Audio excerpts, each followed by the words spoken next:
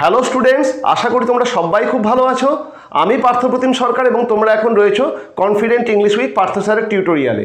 আজকের এই tutorial West Bengal Council of Higher Secondary এডুকেশনের ক্লাস 11-এর ছাত্রছাত্রীদের জন্য, যেখানে আমি করাবো WBEDসের দ্য সেকেন্ড কামিংয়ের মাল্টিপল টাইপ কোশ্চেন্স অর্থাৎ MCQগুলি।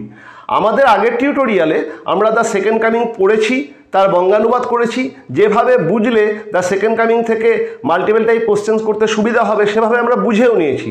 আজকে আমরা সরাসরি দ্য সেকেন্ড কামিংয়ের মাল্টিপল টাইপ কোশ্চেন্স বা MCQগুলো করব। ক্লাস 11-এর ফার্স্ট সেমিস্টারে সেকেন্ড কামিংয়ের উপরে 3 নম্বর ধার্য করা হয়েছে, অর্থাৎ ক্লাস 11-এর ফার্স্ট সেমিস্টারে সেকেন্ড কামিংয়ের উপরে 3টে MCQ থাকবে। সেকেন্ড কামিং একটা সিম্বলিক পোয়েট্রি, এর অনেক বিবলিক্যাল রেফারেন্স রয়েছে এবং কবিতাটি একটা মডার্ন পোয়েট্রি, তার অনেক ওপেন এন্ডেড মডার্ন পোয়েট্রি, যেখানে অনেক রকম মানে সেকেন্ড কামিংয়ের উপর হয়। কাজেই সেকেন্ড কামিংয়ের উপরে যে MCQগুলো আমরা করব খুব চিন্তা ভাবনা করে আমাদের করতে হবে। আমি যেটা বলছিলাম যে অন্যান্য কবিতা বা প্রোজ পোর্শনে যে ধরনের MCQ আসে সেকেন্ড কামিংয়ে কিন্তু সে ধরনের নাও আসতে পারে, কারণ এর অন্তর্নিহিত মানে, বাহ্যিক মানে, মডার্ন মিনিং, ওল্ড মিনিং, বিভিন্ন রকম রেফারেন্স, অ্যালিউশন, এগুলো আমাদেরকে মনে রাখতে হয়। কাজেই সবার আগে যেটা দরকার, সেকেন্ড কামিং কবিতাটাকে ভালো করে পড়া এবং বুঝে নেওয়া, তারপরে MCQগুলো করা। ওকে, চলো যে ধরনের MCQগুলো তোমাদের সেকেন্ড কামিংয়ের উপরে আসতে পারে আমি সেই সমস্ত MCQগুলো তোমাদেরকে একটু প্রোভাইড করে দিই। যেমন আমি অলরেডি দেখতেই পাচ্ছ, অলরেডি লিখেছি। তোমরা তো আমি কীরকমভাবে MCQগুলো করাচ্ছি সেই প্যাটার্নটা তোমরা অলরেডি বুঝতে পেরেই গেছো। চলো সেকেন্ড কামিংটাকে দেখি যে আমরা এখানে কিভাবে আমরা MCQগুলো করব। সেকেন্ড কামিংয়ের উপর প্রথম যেটা দিয়েছি পোয়েট। পোয়েট মানে WB ইয়েটস বা William Butler Yeats. William Butler ইয়েটসের উপর যদি কোনো MCQ সেট করা হয়, সেখানে কি ধরনের MCQ সেট হবে? সেখানে WB ইয়েটসের পুরো নাম উইলিয়াম বাটলার ইয়েটস। সেকেন্ড কি, তিনি একজন আইরিশ পোয়েট, শুধু আইরিশ পোয়েট নন, তিনি আইরিশ পোয়েট, রাইটার এবং পলিটিশিয়ান। ঠিক আছে, এগুলো মনে রাখা খুব একটা জটিল কোনো ব্যাপার না, পয়েন্ট আকারে দিয়ে দিয়েছি, একবার জাস্ট দেখে নিলেই তোমাদের এগুলো মনে থেকে যাবে যে উইলিয়াম বাটলার ইয়েটস বা WB ইয়েটসের পুরো নাম হচ্ছে উইলিয়াম বাটলার ইয়েটস। তিনি একজন আইরিশ পোয়েট, রাইটার এবং politician, associated with Irish Literary revival. আয়ারল্যান্ডে যে সাহিত্যের যে পুনর্জন্ম হয়েছিল বা সেই পুনর্জন্ম একটা আন্দোলন হয়েছিল, সেই আন্দোলনে তিনি সক্রিয় অংশগ্রহণ করেছিলেন। Associated with Irish Literary revival, এটা কিন্তু খুব ইম্পর্টেন্ট। ঠিক আছে, তোমাদের কাছে এটা ইম্পর্টেন্ট মনে না হলেও এটা সাহিত্য জগতের লোকেদের কাছে এটা কিন্তু খুব একটা ইম্পর্টেন্ট একটা ফেজ। তিনি associated with Irish Literary revival, এটা খেয়াল রেখো। তিনি নোবেল পুরস্কার পেয়েছিলেন 1923 সালে। ঠিক আছে, তার বিখ্যাত একটা কাব্যগ্রন্থ এবং কবিতার নাম এখানে তুলে দিয়েছি, the wild swans at Coole, a vision, sailing to Byzantium, the second coming, এগুলো তার বিখ্যাত কবিতা। ওকে, কাজেই এই কটা মনে রাখলেই তুমি WB ইয়েটসের উপরে যদি কোনো প্রশ্ন সেট করে তোমরা পেয়ে যাবে। এই কটা মনে রাখলেই হবে যে তিনি নোবেল প্রাইজ পেয়েছেন এবং তার কয়েকটা কবিতার নাম the wild swans at Coole, a vision, sailing to Byzantium, the second coming. এরপরে কি দিয়েছি? সোর্স। এই সেকেন্ড কামিংয়ের সোর্সটা কি? ঠিক আছে, সোর্সটা দেখো, written in 1919 after the first world war. Second coming কবিতাটা 1918 সালের ফার্স্ট ওয়ার্ল্ড ওয়ার বা প্রথম বিশ্বযুদ্ধ শেষের পরের বছরই অর্থাৎ 1919 সালে লেখা হয়েছিল। And first published in 1920 in the dial magazine, এবং দ্য ডায়াল বলে একটা পত্রিকাতে 1920 সালে এই কবিতাটা প্রথম প্রকাশিত হয়। তার পরের বছর অর্থাৎ 1921 সালে ইয়েটসের একটা কাব্যগ্রন্থ Michael Roberts and the dancer, সেই কাব্যগ্রন্থে এই কবিতাটি সংকলিত করা হয়। কাজেই সোর্সটা কি? 1919 সালে লেখা হয়েছে, 1920 সালে দ্য ডায়াল ম্যাগাজিনে প্রথম প্রকাশিত হয়েছে এবং পরবর্তী ক্ষেত্রে 1921 সালে Michael Roberts and the dancer এই কাব্যগ্রন্থের মধ্যে এই কবিতাটি সংকলিত হয়েছে। এই পয়েন্টটা কিন্তু ইম্পর্টেন্ট, এখান থেকে একটা প্রশ্ন সেট হতেই পারে, মানে হওয়া উচিত। নেক্সট দেখো পোয়েম। তা সেকেন্ড কামিংয়ের পোয়েমের উপরে কি কি প্রশ্ন হতে পারে সেগুলো একবার দেখে নিই। এটা হচ্ছে 2 স্ট্যান্ডা modern poem. The second coming একটা মডার্ন পোয়েট্রি অর্থাৎ আধুনিক কবিতা এবং এটা একটা 2 স্ট্যান্ডা মডার্ন পোয়েট্রি। ওকে, টোটাল 22 লাইন্স। সেকেন্ড কামিংয়ে মোট 22টা লাইন আছে। Written in blank verse. Second coming এটা খুব ইম্পর্টেন্ট, সেকেন্ড কামিং ব্ল্যাঙ্ক ভার্সে লেখা হয়েছে। ব্ল্যাঙ্ক ভার্স কি? আনরাইম লাইন্স, মানে কোনো লাইনের সঙ্গে কোনো লাইনের মিল নেই। ঠিক আছে, এই ধরনের অমিলজনিত যে কবিতা তাকে আমরা বলি ব্ল্যাঙ্ক ভার্সে লেখা। ঠিক আছে, the second coming written blank ভার্সে লেখা হয়েছে, যাতে কোনো লাইন নাই, আনরাইম লাইনসে সব লেখা হয়েছে। আর একটা ইম্পর্টেন্ট জিনিস হচ্ছে এই সেকেন্ড কামিংয়ে full of imagery, symbolism and biblical references. Second কামিংয়ে প্রচুর ইমেজারি, প্রচুর সিম্বলিজম এবং প্রচুর বিবলিক্যাল রেফারেন্স রয়েছে। যাই হোক, এই কয়েকটা পয়েন্ট দেখে গেলেই কবিতার যে সোর্স, কবি এবং কবিতার বিষয়বস্তু সম্পর্কে যে প্রশ্ন সেট হবে তোমরা পেয়ে যাবে। খালি মনে রেখো, যেখানে ইম্পর্টেন্ট হচ্ছে সোর্সটা খুবই ইম্পর্টেন্ট, এবং রিটেন ইন ব্ল্যাঙ্ক ভার্স এটাও কিন্তু খুব ইম্পর্টেন্ট, এটা খেয়াল রেখো। সেকেন্ড কামিং ব্ল্যাঙ্ক ভার্সে লেখা হয়েছে। ওকে, চলো এরপরে কিছু word notes, important word notes আমরা করে নিই। সেকেন্ড কামিং একটা সিম্বলিক পোয়েট্রি, এর মধ্যে অনেক ইম্পর্টেন্ট ওয়ার্ডস আছে, তাদের মানে জানাটা আমাদের খুবই দরকার। এবং তোমরা কনফার্ম থাকতে পারো যে তোমাদের ফার্স্ট সেমিস্টারের পরীক্ষাতে এই ওয়ার্ড নোটসের উপরে, মানে সেকেন্ড কামিংয়ের এই ওয়ার্ড নোটসের উপরে 1 নম্বর থাকবে, মানে একটা এমসিকিউ এই ওয়ার্ড নোটসের উপরে সেট হবে। ওকে, কাজে আমাদের এই ওয়ার্ড অ্যান্ড দেয়ার মিনিং এগুলো ভালো করে জেনে নেওয়াটা দরকার। আমি অল্প কয়েকটাই দিয়েছি, চলো একবার দেখে নিই কী কী দিয়েছি। ওয়াইডনিং মানে হচ্ছে এক্সপ্যান্ডিং অর বর্ডনিং। ওয়াইডনিং মানে হচ্ছে বেড়ে যাওয়া, এক্সপ্যান্ডিং অর বর্ডনিং। সেকেন্ড হচ্ছে জায়ার আমরা আগেই বলেছিলাম, এ সার্কুলার অর স্পাইরাল মোশন, একটা বৃত্তাকার ঘূর্ণন, এ circular or spiral motion. 3 number Falcon হচ্ছে বার্ড অফ প্রে, একটা শিকারি পাখি। এইগুলোর আবার সিম্বলিক মিনিং আলাদা। আমি এখন যে মানেটা লিখেছি এটা হচ্ছে, এটা ফ্ল্যাট যে মানেটা হয় সেই মানেটা লিখেছি। এরপরে যখন আমরা প্রশ্ন উত্তর করব, এদের সিম্বলিক যে ওভারটোনসগুলো রয়েছে সেগুলো নিয়ে আলোচনা করব। ঠিক আছে, কিন্তু তোমাদের ওয়ার্ড নোটসে এই মানেগুলোই থাকবে, যে ওয়ার্ড নোটসের উপরে যে প্রশ্ন সেট হবে তাতে এই মানেগুলোই থাকবে। ফ্যালকন হচ্ছে বার্ড অফ প্রে, ওকে, শিকারি পাখি। ফ্যালকনার, পার্সন হু ট্রেনস ফ্যালকন, সেই ব্যক্তি যিনি ফ্যালকন বা শিকারি বাজকে ট্রেন করেন। ফল অ্যাপার্ট মানে হচ্ছে ব্রেক ইনটু পিসেস, ভেঙে চতুর্দিকে চৌচির হয়ে ছড়িয়ে যাওয়া, ব্রেক ইনটু পিসেস, এটা হচ্ছে ফল অ্যাপার্ট। সেন্টার মানে হচ্ছে core, middle point of anything, core যেটা একদম মধ্যবর্তী স্থান, মিডিল পয়েন্ট অফ এনিথিং, তাকে আমরা বলি সেন্টার। হোল্ড মানে হচ্ছে গ্র্যাবস বা মেনটেন অথরিটি ওভার। হোল্ড কথাটা এখানে মানে হচ্ছে গ্র্যাবস, কিছুকে ধরা, বা মেনটেন অথরিটি ওভার, কিছুর উপরে নিজের ক্ষমতাকে জাহির করা বা প্রতিষ্ঠা করা। Anarchy, very important. অ্যানার্কি হচ্ছে কেয়স অর ডিসঅর্ডার, এটা ভেরি ইম্পর্টেন্ট। অ্যানার্কি, কেয়স অথবা ডিসঅর্ডার। ঠিক আছে। ডিম মানে হচ্ছে ডার্কেন অর অবস্কিওর, এটাও ইম্পর্টেন্ট। ডিম হচ্ছে ডার্কেন অর অবস্কিওর, অন্ধকারাচ্ছন্ন। Blood dimmed, darkened with blood, blood dimmed হচ্ছে ডার্কেন্ড উইথ ব্লাড। সেরিমনি হচ্ছে সেলিব্রেশন। ওকে। ড্রাউন মানে হচ্ছে ডুবে যাওয়া, সাবমার্জড, এটা ইম্পর্টেন্ট। ড্রাউন হচ্ছে submerged. Conviction, very important, strong belief, কোনো কিছুতে খুব তীব্রভাবে বিশ্বাস করা। Revelation, very important. রিভিলেশন মানে হচ্ছে ডিসক্লোজার, কোনো কিছু প্রকাশ করা, revelation. Second coming, very very important. The Christian belief of return of Christ, এইটা কিন্তু ভালো করে খেয়াল রেখো। রিভিলেশনটা সেকেন্ড কামিং হচ্ছে the Christian belief of return of Christ, not birth of Christ. আমি পড়ানোর সময় বলে গেছি, এখন আবার বলে দিলাম। সেকেন্ড কামিং মানে হচ্ছে দ্বিতীয় আগমন, পুনর্জন্ম নয়। ঠিক আছে, সেকেন্ড কামিংয়ের লিটারাল মিনিং হচ্ছে দ্বিতীয় আগমন, এবং কবি এখানে সেটাই বোঝাতে চেয়েছেন, the Christian belief of return of Christ. ঠিক আছে, তোমাদের কিন্তু এটা এরকম প্রশ্ন থাকতে পারে যে সেকেন্ড কামিং মানে second birth of Christ, return of Christ, birth of Christ, এই দুটো জিনিস একসঙ্গে দিয়ে দিতে পারে। তখন কিন্তু তোমাকে লিখতে হবে return of Christ. Birth of Christ কিন্তু সেকেন্ড কামিং নয়, সেটা হচ্ছে রেজারেকশন, আলাদা পার্ট। ঠিক আছে, সেকেন্ড কামিং দ্বিতীয় আগমন। ক্লিয়ার? স্পিরিটাস মুন্ডি, ভেরি ইম্পর্টেন্ট। এই তিনটের মধ্যে একটা নম্বর তোমাদের থাকা উচিত। মানে এই রিভিলেশন, সেকেন্ড কামিং, স্পিরিটাস মুন্ডি, এইদিকে অ্যানার্কি, এইদিকে জায়ার, এইগুলো কিন্তু খুব ইম্পর্টেন্ট। স্পিরিটাস মুন্ডি সব থেকে ইম্পর্টেন্ট। ধরে নাও, স্পিরিট অফ দ্য ইউনিভার্স বা spirit of the world spirit. স্পিরিটাস মুন্ডি মানে হচ্ছে পৃথিবীর যাবতীয় যে আত্মা, মানে জ্ঞানীদের আত্মার যে মিলিত অংশ বা অবয়ব আমরা দেখছি তাকে আমরা বলি spiritus mundi, spirit of the universe অথবা spirit of the world, soul of the ওয়ার্ল্ডও থাকতে পারে, সোল অফ দ্য ইউনিভার্সও থাকতে পারে, ঠিক আছে, বা এরকমও থাকতে পারে spirit of the learned minds of the universe, এরকমও থাকতে পারে। এর অথেন্টিক ওয়ার্ডটা হচ্ছে স্পিরিটাস মুন্ডি, ল্যাটিন ওয়ার্ড, তার অথেন্টিক মানে হচ্ছে স্পিরিট অফ দ্য ইউনিভার্স অথবা স্পিরিট অফ দ্য ওয়ার্ল্ড। ওকে, এটা কিন্তু খুব ইম্পর্টেন্ট।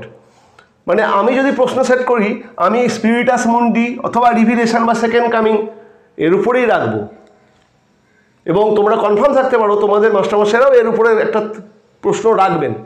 ব্ল্যাঙ্ক, ব্ল্যাঙ্ক মানে হচ্ছে ডিভয়েড, মানে আসক্তিহীন, ব্ল্যাঙ্ক কোনো কিছুতেই আসক্তি নেই, devoid.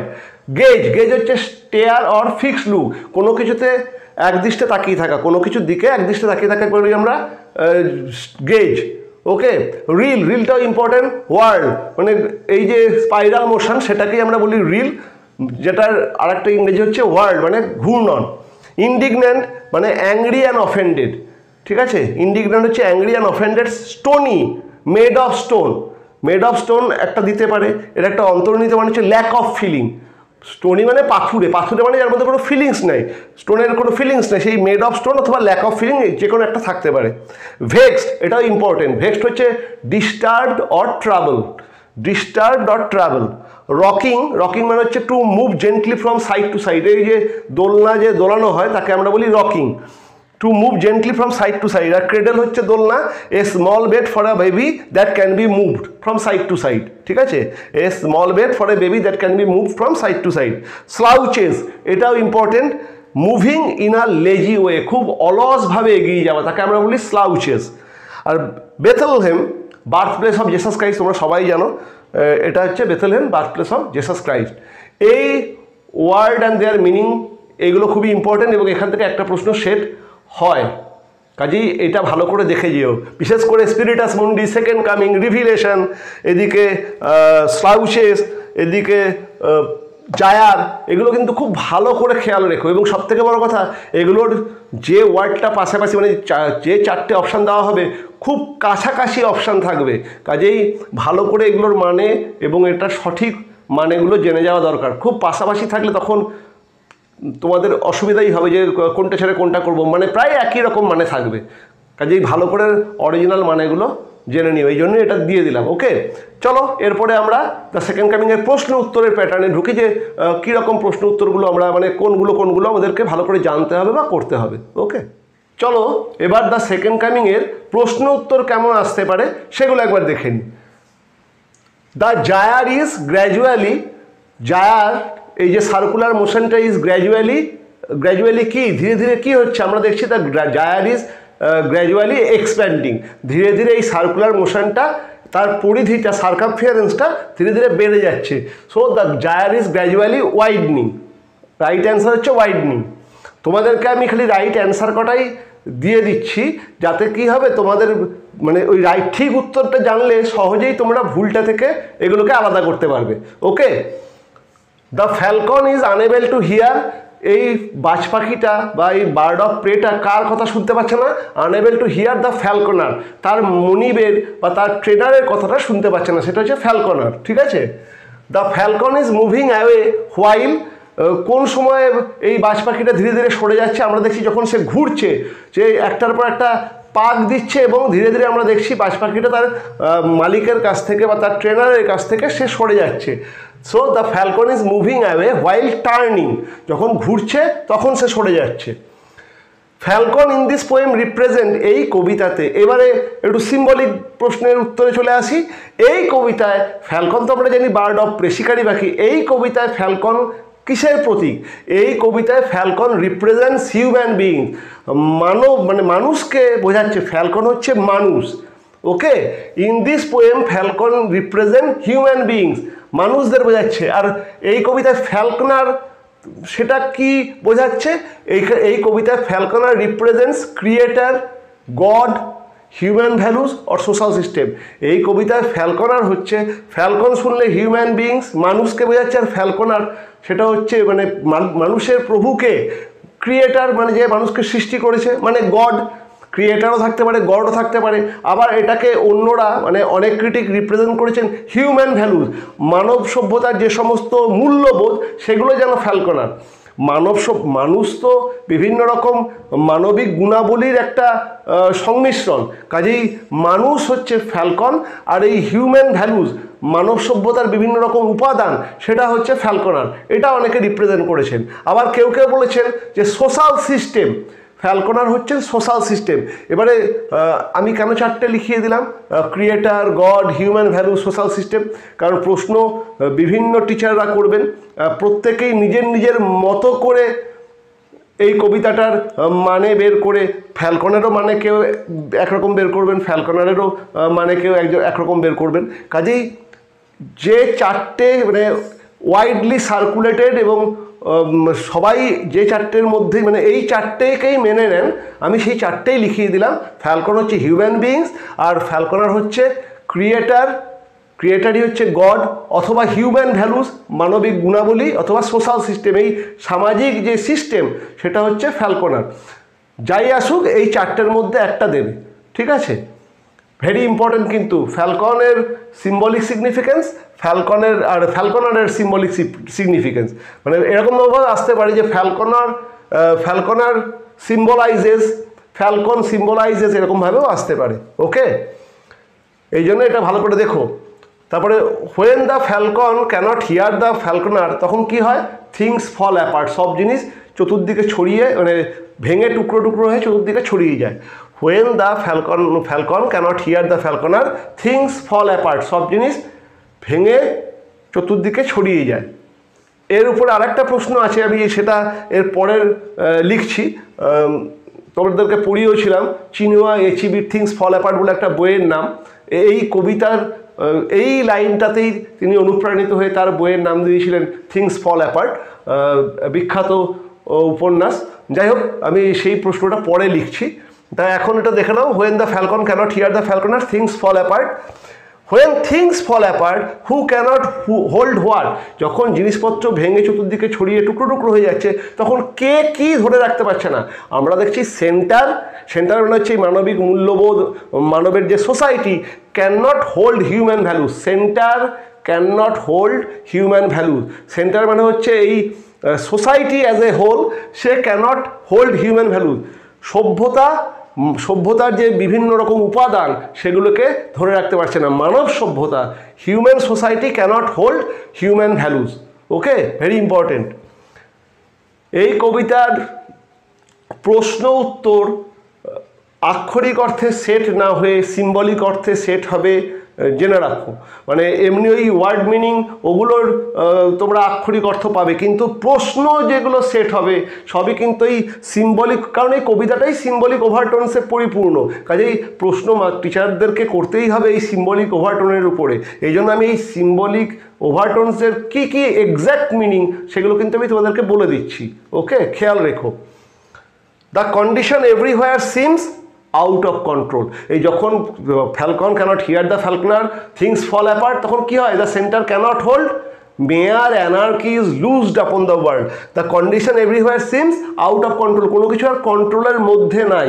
Okay, anarchy is loosed upon the world, এই অ্যানার্কিটা, এই দাঙ্গা হাঙ্গামা সব কিছুই গোটা পৃথিবীর বুকে ছড়িয়ে পড়ছে। আপনাদের কবিতাতেই আছে মেয়ার anarchy is loosed upon the world.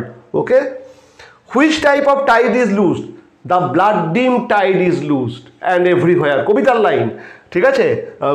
কবিতাটা যদি মুখস্থ করে নিতে পারতো তো খুবই ভালো কথা, সবই পেয়ে যেতে। যাই হোক, এটা কবিতার line, which type of tide is loose? Blood dim tide, রক্তস্নাত। Okay, the blood dim tide is, মানে এটা এরকমভাবে আসতে পারে, which type of tide is loose, answer হচ্ছে ব্লাড ডিম টাইড। আবার the blood dim tide is, এই রক্তস্নাত কি, এটা হচ্ছে লুজ হয়ে গেছে, চতুর্দিকে ছড়িয়ে গেছে, the blood dim tide is loosed. Ceremony of innocence is, ceremony of innocence পবিত্রতা, সেটা কি হয়েছে? ইজ ড্রাউন্ড, এটা ডুবে গেছে। মানুষের যে সেরিমনি অফ ইনোসেন্স মানে হচ্ছে কোনো আমাদের যে সোশ্যাল যে ভ্যালুসগুলো, আমাদের যে মানবিক মূল্যবোধগুলো সব যেন ভেসে গেছে, ডুবে গেছে, drowned. Ceremony of innocence means, ceremony of innocence মানে কি? Celebration of old moral and traditions. Ceremony of innocence মানে হচ্ছে celebration of old morals and traditions. কিন্তু যদি এটা আসে, আমি আর সেটা লেখাচ্ছি না, তোদের বলে দিচ্ছি যে ceremony of innocence is drowned, তার মানে কি? তাহলে আবার destruction of all old moral tradition, সেটা হচ্ছে destruction of all old moral tradition. Okay, যাই হোক, এই কটা তোমরা স্ক্রিনশট নিয়ে নাও বা লিখে নাও, আর না হলে আমার এই ভিডিওর ডেসক্রিপশান বক্সে পিডিএফ আমি দিয়ে দেবো, তোমরা পিডিএফটা ডাউনলোড করে নিও। তবে অবশ্যই কিন্তু এইগুলো পিডিএফ করে হোক বা লিখে হোক নিও, কারণ এগুলো ভেরি ইম্পর্টেন্ট। ওকে, চলো এরপরে নেক্সট প্রশ্ন উত্তরগুলো লিখি। চলো এবার নেক্সট প্রশ্ন, তার উত্তরগুলো একবার দেখে নিই। The best seems to have lack of all conviction. The best seems to have lack of all conviction, সমস্ত বিশ্বাস তাদের হারিয়ে গেছে। The worst have passion and intensity, যাদের খারাপ তাদের মধ্যে তীব্রতা এগুলো সব বেড়ে গেছে, প্যাশন অ্যান্ড ইন্টেন্সিটি। এটা ফার্স্ট স্ট্যান্ডাতে এই প্রশ্নগুলো আছে। তারপরে কিছু জিনিস আমি ওটা প্রথমেই ইনফ্যাক্ট আমার লেখা উচিত ছিল, যাই হোক আমি ভুলে গেছি, সেগুলো পরপর লিখে দিয়েছি কিছু, দেখে নাও। The poem is written in blank verse, আমি এটা অলরেডি আমরা দেখেছি, কবিতাটা ব্ল্যাঙ্ক ভার্সে লেখা, এটা important. Which author titled a novel after a quote from the second coming, Chinua Achebe things fall apart. এটা মনে রেখো, এই থিংস ফল অ্যাপার্টের এই যে কোটেশনটা, মানে WBS এর সেকেন্ড কামিংয়ের এই যে লাইনটা থিংস ফল অ্যাপার্ট, এই নামেই পরবর্তী ক্ষেত্রে বিখ্যাত নাইজেরিয়ান লেখক চিনুয়া এচিবি তার একটি বিখ্যাত উপন্যাস লেখেন থিংস ফল অ্যাপার্ট। ওকে, তার প্রথম উপন্যাস, ইনফ্যাক্ট সেটা অসাধারণ উপন্যাস থিংস ফল অ্যাপার্ট। এটা ওই থিংস ফল অ্যাপার্ট এই কবিতার লাইন থেকেই নেওয়া। দ্য সেকেন্ড কামিং ইজ এই কবিতাটা কি? এটা আমরা জানি একটা মডার্ন পোয়েট্রি, কিন্তু এই কবিতাকে একটা প্রফেটিক পোয়েট্রিও বলা হয়, মানে ভবিষ্যৎ যেন এই কবিতার মধ্যে ফুটে উঠেছে। সেই জন্য কেউ মডার্ন মানে এটা মডার্ন পোয়েট্রি তো অবশ্যই, কিন্তু কেউ এটাকে প্রফেটিক পোয়েট্রিও বলেন। কাজেই যদি তোমাদের এরকম প্রশ্ন থাকে, প্রফেটিক থাকে সেখানে, তাহলে সেখানে অবশ্যই টিক মেরো। The main type of imagery Yeats used, এই কবিতাতে যে ইমেজারিগুলো ইউজ করেছেন সেগুলো বেশিরভাগই হচ্ছে ক্রিশ্চান ইমেজারি, বিবলিক্যাল রেফারেন্স রয়েছে, মানে ক্রিশ্চান ইমেজারি এখানে WBS বেশি ইউজ করেছেন। The second coming is written on, এই সেকেন্ড কামিং কিন্তু ফার্স্ট পার্সন ন্যারেশনে লেখা, ইয়েটস নিজের কথা মানে নিজেই যেন দেখছেন, মানে যাবতীয় সেকেন্ড কামিং কবিতাটা ফার্স্ট পার্সন ন্যারেটিভে লেখা, এটা কিন্তু খেয়াল রেখো। সাধারণত যেটা হয় না, এই সেকেন্ড কামিং কিন্তু ফার্স্ট পার্সন ন্যারেটিভে লেখা। প্যাশনেট ইন্টেন্সিটি, এখানে ওই passion and intensity, passionate intensity it symbolizes fanaticism and violence. Passionate intensity কথাটার মানে হচ্ছে violence, fanaticism. Okay, surely Yeats is expecting বা অ্যান্টিসিপেটিং, সেকেন্ড স্ট্যান্ডা শুরু হচ্ছে surely some revelation is at hand, তার মানে ইয়েটস কি আশা করছেন? Yeats is expecting or anticipating a revelation, কিছু একটা বড় কিছু ঘটনা আমাদের সামনে প্রকাশিত হতে চলেছে, এ রিভিলেশন। সেই রিভিলেশনটা কি? Surely some revelation is at hand. What type of revelation is being spoken to, কি প্রকাশ হতে চলেছে, মানে কোনটা আমরা এক্সপেক্ট করছিলাম কবিতাটা পড়ে, আমরা কোনটা এক্সপেক্ট করছিলেন যে কি রিভিলেশনটা হবে? এই পুরো সেটিংসটা সেকেন্ড কামিং মানে সেকেন্ড ক্রাইস্ট, সেকেন্ড অ্যাপিয়ারেন্স বা সেকেন্ড কামিং অফ ক্রাইস্ট, এটাকেই মিন করছিল। কবিতাটাকে প্রথমে পড়ার পরে আমরা মানে ইয়েটস এক্সপেক্ট করছিল যে এরপরে বোধহয় ক্রাইস্টের সেকেন্ড কামিং হবে, সেটাই আমরা লিখেছি surely some revelation is at hand. What type of revelation is being spoken to? Christ second appearance, second coming of Christ, কারণ সেকেন্ড কামিং বলতেই সেকেন্ড কামিং অফ ক্রাইস্টকেই বোঝানো হয়। এটা আমরা এক্সপেক্ট করছিলাম, তারপরে কি হচ্ছে সেটা পরের কথা, কিন্তু প্রথমে আমরা এক্সপেক্ট করছিলাম যে ক্রাইস্টের সেকেন্ড অ্যাপিয়ারেন্স হবে। Which book of the Bible does the term second coming originate from? বাইবেলের কোন বই থেকে এই সেকেন্ড কামিং কথাটা নেওয়া হয়েছে? বাইবেলের নিউ টেস্টামেন্টের শেষ যে বই বুক অফ রিভিলেশন, সেখান থেকেই সেকেন্ড কামিংটা নেওয়া হয়েছে। দেখো লিখে দিয়েছি বুক অফ রিভিলেশন ব্র্যাকেটে নিউ টেস্টামেন্ট, মানে বাইবেলের ওল্ড টেস্টামেন্ট এবং নিউ টেস্টামেন্ট রয়েছে। নিউ টেস্টামেন্টের বুক অফ রিভিলেশন যেটা শেষ পার্ট, তাতে এই সেকেন্ড কামিং কথাটা বা ক্রাইস্টের সেকেন্ড অ্যাপিয়ারেন্সটা রয়েছে। What does second coming refer to in the Bible? Second coming বলতে যেটা এই প্রশ্নটাই, ক্রাইস্টের সেকেন্ড অ্যাপিয়ারেন্স, ওটা আরেকবার এরকমভাবে আসতে পারে। What does second coming refer to in the Bible? বাইবেলে সেকেন্ড কামিং বলতে কী বোঝানো হয়েছে? The second appearance of Jesus Christ. বাইবেলে সেকেন্ড কামিং বলতে second appearance of Jesus Christ এটাকে বোঝানো হয়েছে। ওকে, চলো এইগুলোকেও বলে দিলাম। এরপরে নেক্সট প্রশ্ন এবং তার উত্তরগুলো লিখে দিই। The second coming carries echoes of an idea associated with. Second coming এটা কোন বিষয়ের সঙ্গে অ্যাসোসিয়েটেড? সেকেন্ড কামিংয়ের যে আইডিয়াটা, এই কবিতার আইডিয়াটা ক্রিশ্চিয়ানিটির সঙ্গে associated. Second coming of Christ এটা ক্রিশ্চিয়ানিটি, ঠিক আছে, তার সঙ্গে অ্যাসোসিয়েটেড। নেক্সট প্রশ্ন, স্পিরিটাস মুন্ডি ইজ এ। স্পিরিটাস মুন্ডি কি, তার মানেটা কি আমরা অলরেডি করেছি, স্পিরিট অফ দ্য ইউনিভার্স। এটা একটা ল্যাটিন ওয়ার্ড, ঠিক আছে। স্পিরিটাস মুন্ডি ইজ আ ল্যাটিন ওয়ার্ড, খেয়াল রেখো। ল্যাটিন স্পিরিটাস মিন স্পিরিট আর মুন্ডি means universe. With the utterance of second coming there is the appearance of an. এই সেকেন্ড কামিং কথাটা বলার সঙ্গে সঙ্গে আমরা দেখছি একটা বিশাল বড় একটা ইমেজ কবির সামনে আসছে, appearance of an image. The image that appears before the poet is vast, বিশাল বড়, ঠিক আছে। The image that appears travels the poet side, যে ছবিটা কবির সামনে এলো, ভেসে এলো, সেটা কবির দৃষ্টিকে খুবই, কবির দৃষ্টির সামনে ভেসে এলো, সেই দৃষ্টিকে খুবই বিব্রত করলো। The image that appears travels the poet's sight. The setting of the place that travels the poet side. এই যে গোটা কবিতাটার আমরা দেখছি একটা বিস্ট উঠে আসছে, কোথা থেকে উঠে আসছে, কোন সেটিংটা কি, সেই জায়গাটা, স্থানটা কি? আমরা দেখছি একটা ডেজার্ট বা মরুভূমি থেকে এই ইমেজটা উঠে আসছে। স্পিরিটাস মুন্ডি যে ইমেজটা কবির সামনে পাঠাচ্ছে সেটা যেন একটা মরুভূমি থেকে একটা জন্তু উঠে আসা, তার মানে সেটিংটা কি, এই ডেজার্ট। ওকে, তারপরে দ্য স্পিরিটাস মুন্ডি or the vast image had a Lions body and the head of a man. এই স্পিরিটাস মুন্ডি যে ছবিটা পাঠালো বা যে বিশাল বড় যে ছবিটা কবির সামনে ভেসে এলো, সেই ছবিটার বিশেষত্ব কি? এই ছবিটার বিশেষত্ব হচ্ছে lion's body and the head of a man.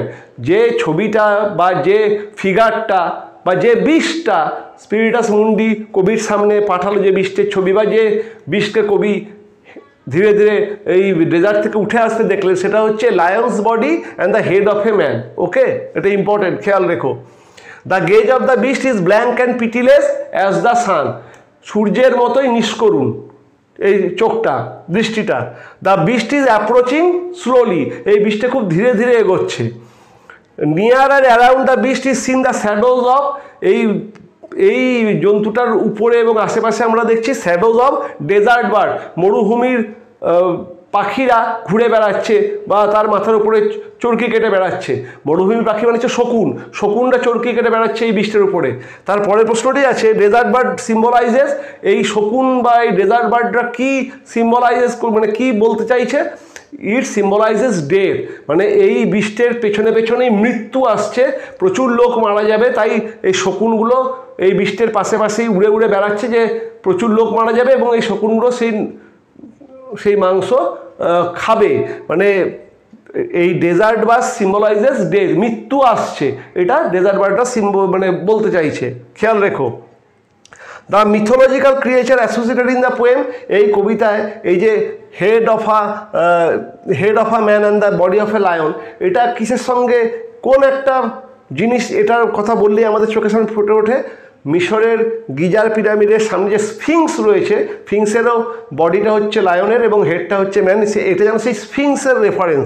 The mythological creature associated in the poem is a sphinx. বানানটা দেখো, SPHINX।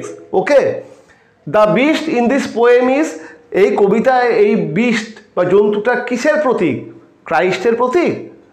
সেকেন্ড কামিং মানে তো ক্রাইস্টের সেকেন্ড কামিং, তারই কি প্রতীক এই বিস্টটা, এই স্ফিংসটা? না, আমরা বলছি এই জন্তুটা কিসের প্রতীক? অ্যান্টি ক্রাইস্ট, ক্রাইস্টেরই যেটা খারাপ রূপ অ্যান্টি ক্রাইস্ট, তার প্রতীক। আমরা দেখছি এই জন্তুর সঙ্গে সঙ্গে মৃত্যু আসছে, এই জন্তুর পেছনে পেছনে মৃত্যু আসছে, কাজে এটা একটা অ্যান্টি ক্রাইস্টের ছবি। অ্যান্টিক্রাইস্ট অনেক সময় অ্যান্টিক্রাইস্ট দিতে পারে, অনেক সময় দিতে পারে এজেন্ট অফ ডিস্ট্রাকশন। দুটোই আমি লিখে দিয়েছি। This beast in the poem is actually antichrist oblique agent of destruction. Okay, তাহলে এইগুলো হলো, আর অল্প কয়েকটা প্রশ্ন উত্তর আছে, তাহলেই সেকেন্ড কামিংয়ের উপরে প্রশ্ন উত্তর শেষ হয়ে যাবে। ওকে, চলো দ্য সেকেন্ড কামিংয়ের শেষ কয়েকটা প্রশ্নের উত্তর দেখে নিই।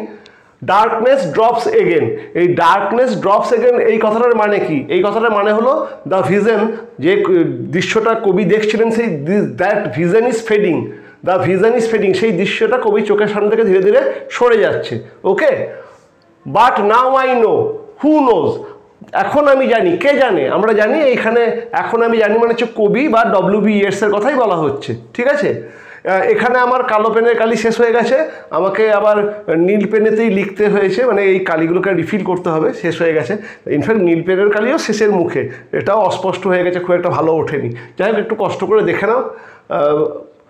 ঠিক আছে, the sleep which is now broken had lasted for, এই যে 20টার স্লিপ, সেই স্লিপটা ভেঙেছে, এই স্লিপটা বা এই ঘুমটা কতদিনের ঘুম ছিল? আমরা দেখছি কবিতাতেই আছে 20 সেঞ্চুরিজ অফ স্টোনি স্লিপ, তার মানে 20 সেঞ্চুরি মানে 20 শতক, মানে 2000 বছর, 20 শতক মানে 2000 বছর, 20 সেঞ্চুরিজ এটাও আসতে পারে, 2000 ইয়ার্স এরকমভাবেও আসতে পারে। Okay, the peaceful sleep is disturb by, এই বৃষ্টের এই ঘুমটা, এই পিসফুল বা শান্তির ঘুমটা ডিস্টার্ব হয়েছে কিসে?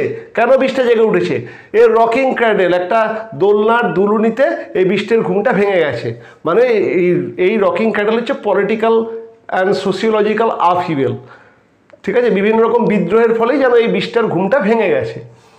The hour has come for the arrival of, কোন সময় এসছে এবং কার অ্যারাইভেল হবে?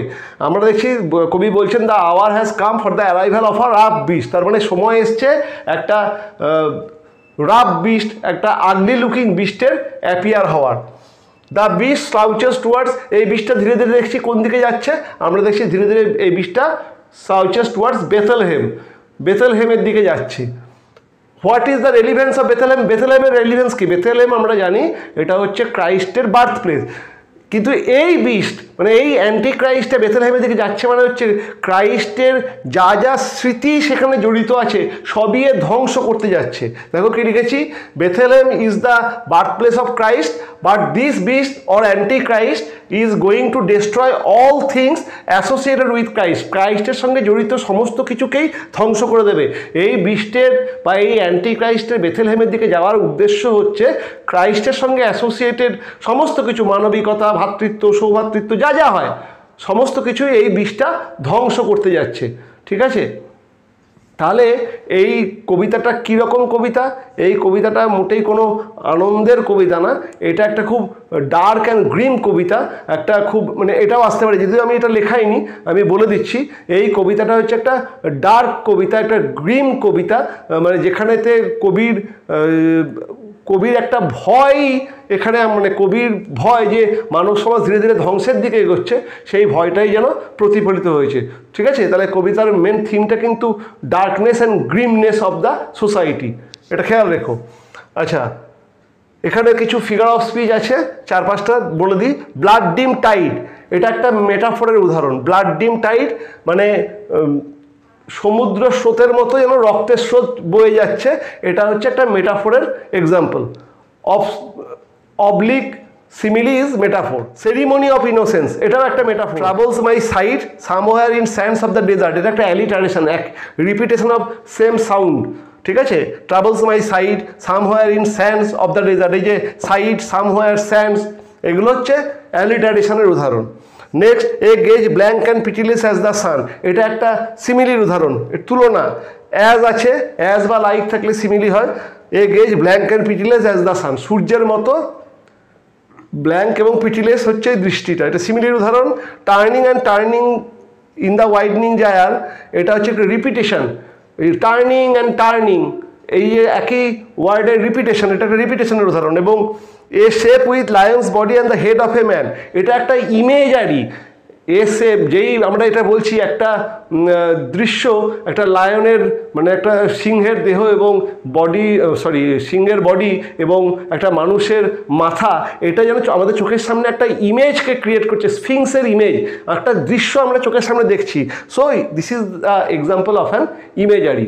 ওকে, যাই হোক, সেকেন্ড কামিংয়ের এই সমস্ত প্রশ্ন এবং উত্তরগুলো করলেই তোমরা সেকেন্ড কামিং থেকে যা যা MCQ আসুক সবই পারবে। ও আরও দুটো প্রশ্ন, এক সেকেন্ড দাঁড়াও, বইয়ের শেষে এক্সারসাইজে সেকেন্ড কামিং শেষে দুটো প্রশ্ন দেওয়া আছে, যেগুলো আমার লেখা হয়নি, লেখাও ভেবেছিলাম কিন্তু যাই হোক হয়নি, আমি বলে দিচ্ছি সে দুটো। What is the symbol of the rough beast as mention in the poem? A monster, a saviour, a revolution and apocalypse. তোমাদেরকে এরকম 4টে করে অপশান দেবে, তার মধ্যে একটা উত্তর দিতে হবে। এখানে উত্তরটা হবে অ্যান অ্যাপোক্যালিপস। আমি যেদিনকে পড়িয়েছিলাম সেদিনকে বলে দিয়েছিলাম অ্যান অ্যাপোক্যালিপস, ঠিক আছে? আর things fall apart, this suggest all things are centralized, everything is diffused, all things are bound together, all things are scattered on the ground. দেখো চারটের মধ্যে দুটো একদমই খুব কাছাকাছি, মানে থিংস ফল অ্যাপার্ট মানে হচ্ছে সব কিছু ভেঙে চুরে তছনছ হয়ে চতুর্দিকে ছড়িয়ে পড়া। এখানে এভরিথিং ইজ ডিফিউজড আর all things are scattered on the ground, দুটোই একদম কাছাকাছি মানে।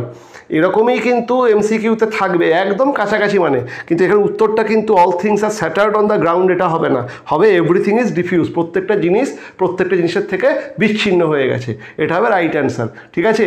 এমসিকিউতে কিন্তু এরকমই খুব নিয়ারেস্ট তোমাকে এই অপশানগুলো দেবে, কাজেই ভালো করে সঠিক মানেগুলো এবং সঠিক জিনিসপত্রগুলো জেনে নিও। যাই হোক, তোমাদেরকে আমি দ্য সেকেন্ড কামিং পড়িয়ে দিয়েছি, আজকে এমসিকিউ দিয়ে দিলাম।